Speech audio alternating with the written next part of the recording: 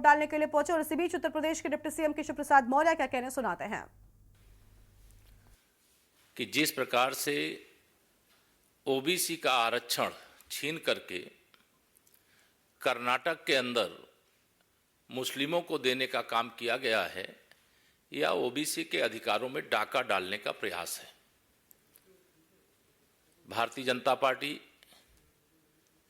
सदा से सबका साथ सबका विकास की पक्षधर रही है। कांग्रेस का इतिहास सदैव तुष्टीकरण की घटिया और घिनौनी राजनीति से भरा रहा है। जिस प्रकार से कांग्रेसी प्रधानमंत्री श्री मनमोहन सिंह जी ने अपनी जो नेशनल काउंसिल की जो बैठक 9 दिसंबर 2006 को संपन्न हुई थी, उस बैठक में कहा था कि देश के संसाधनों पर पहला हक मुसलमानों का है। यह भारत के संविधान के विरुद्ध था। संविधान निर्माता बाबा साहब भीमराव अंबेडकर सहित संविधान सभा के सभी सदस्यों की भावनाओं के विपरीत था। कांग्रेस की यह जहरीली मानसिकता प्रारंभ काल से,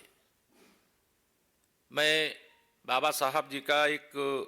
भाषण जो 27 अक्टूबर 1951 में उन्होंने कहा था कि पंडित जवाहरलाल नेहरू जी ने, वो प्रधानमंत्री के रूप में, कांग्रेस के अध्यक्ष के रूप में, उन्होंने कभी दलितों के हित की बात नहीं की। जब भी वह बात करते थे तो केवल मुसलमानों के हित की बात करते थे। देश का विभाजन भी हुआ, उसका दंश देश ने झेला और बड़े पैमाने पर नुकसान भी हुआ। और जो भारतीय जनता पार्टी की ओर से यह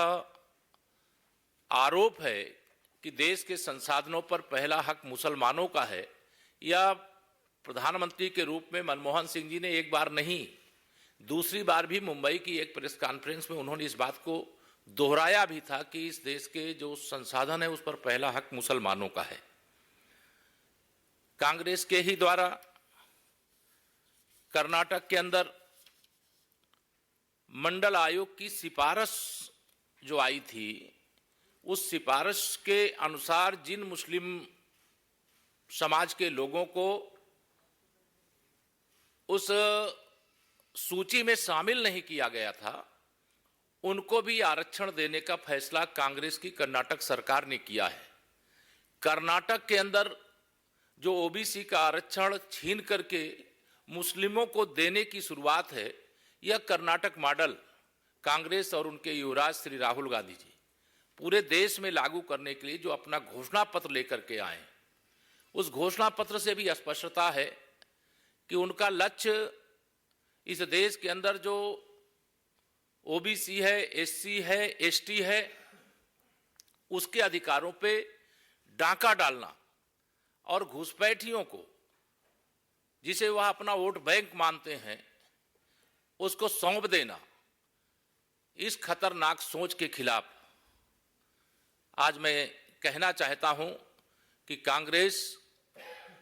जो अभी आईसीयू में पड़ी हुई है, जो श्री राहुल गांधी जी कहते हैं कि हम देश का एक्सरे कराएंगे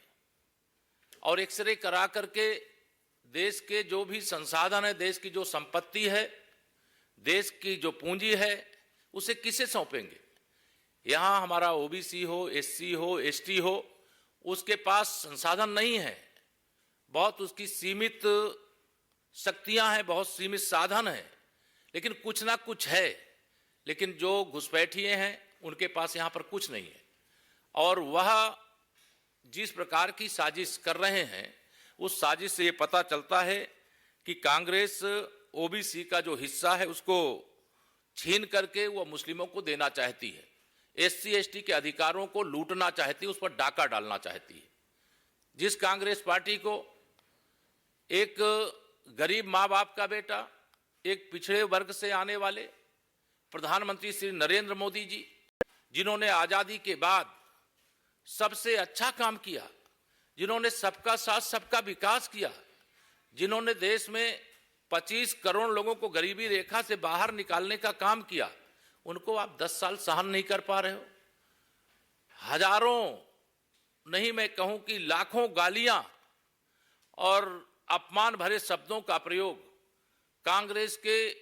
छोटे से लेकर के बड़े नेता तक मेरे प्रधानमंत्री श्री नरेंद्र मोदी जी के प्रति किया है।